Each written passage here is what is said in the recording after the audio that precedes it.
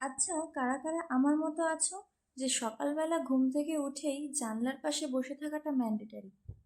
আর সকালবেলায় আমি, মা, ভাই তিনজনেই বেরিয়েছি, যেহেতু আমার আজকে ডাক্তার দেখানোর ডেট ছিল।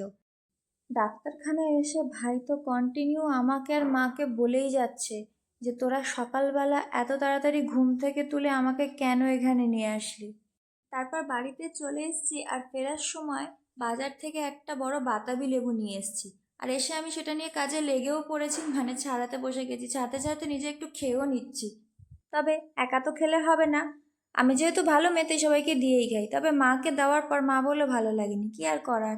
বিকেলেও একটু বেরিয়েছি, আর এই সময়ের মোডটা আমার বেশ খুশি খুশিই ছিল। হ্যাঁ, আমরা দুজন কাজ পারপাস এদিক ওদিক বেরোই ঠিকই, বাট ঘুরতে অনেক দিন পর এরকমভাবে বেরিয়েছি, তাই জন্য একটু খুশি খুশি আছি। এবছর তো মনে হয় কেউ বাকি নেই এই জল দেওয়া প্রদীপটা কিনতে, সুতরাং আমি আর কেন বাদ যাই, তাই না? আমার ভাই, আমরা বাড়ি যাওয়ার সঙ্গে সঙ্গে গামছা পরে শেফ সেজে লেবু জলজিরে দিয়ে আমাদের জন্য একটা ড্রিঙ্কস বানিয়ে এনেছে।